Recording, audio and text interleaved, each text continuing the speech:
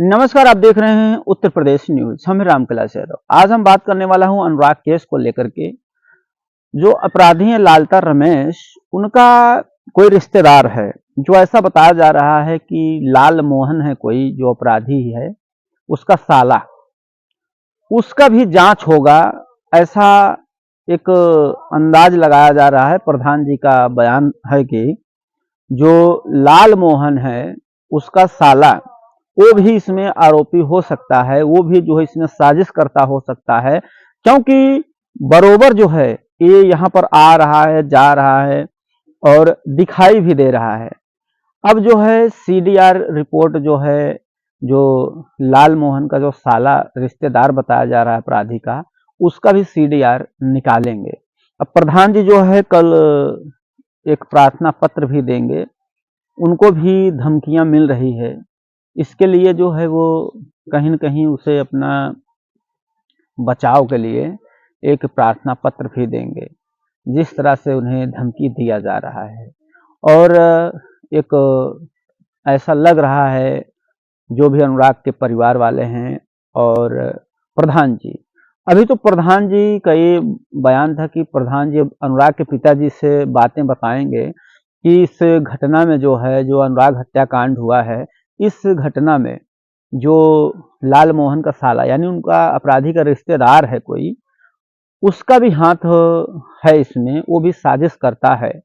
इसका भी जो है कॉल डिटेल देखेंगे और अगर उसमें भी उसका कॉल डिटेल पाया जाता है तो उस पर भी यही सब धाराएं लग सकती हैं।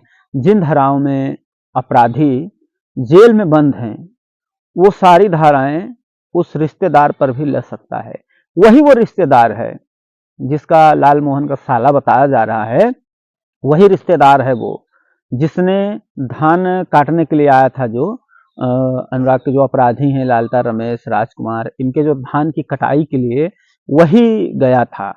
तो अब एक अंदाजा लगाया जा रहा है कि इतना जो है दौड़ धूप कर रहा है, ये हर बार आता है और बार बार प्रधान जी को मिलता है और दिखता भी है, और आसपास के लोग भी देख रहे हैं और आसपास के लोग बता रहे हैं कि जो रिश्तेदार है उन अपराधियों का, जो लाल मोहन है, उसका साला जो है ये बार बार इधर आ रहा है।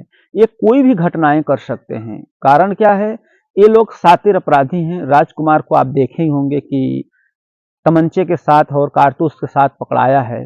इसका मतलब ये भी कुछ न कुछ घटना का अंजाम देने के विचार में था। कुछ कहा नहीं जा सकता। प्रधान जी ये भी कह रहे थे कि हो सकता है ये जो तमंचे और कारतूस निकला है राजकुमार के पास, वो हमें ही मारने के लिए लिया हो, या हमें जो है मारना चाहता था और सही समय पर उसकी गिरफ्तारी हो गई है। तो कहीं न कहीं जो है उनके रिश्तेदार भी हो सकता है कि गिरफ्तार हो जाएं जांच के बाद। अब जो है जांच करने के लिए जो है प्रधान जी बताएंगे अनुराग के पिताजी से, अब वो लोग अपना चर्चा करेंगे।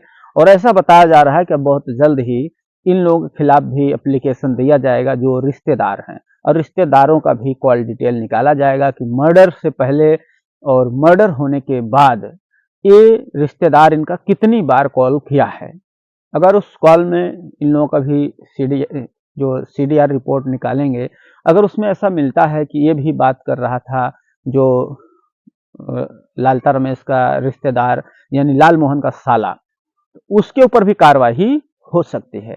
इस पर आपकी क्या प्रतिक्रिया है कि रिश्तेदार की जो है कॉल डिटेल निकलवाना चाहिए या नहीं निकलवाना चाहिए? अपनी राय जरूर दें।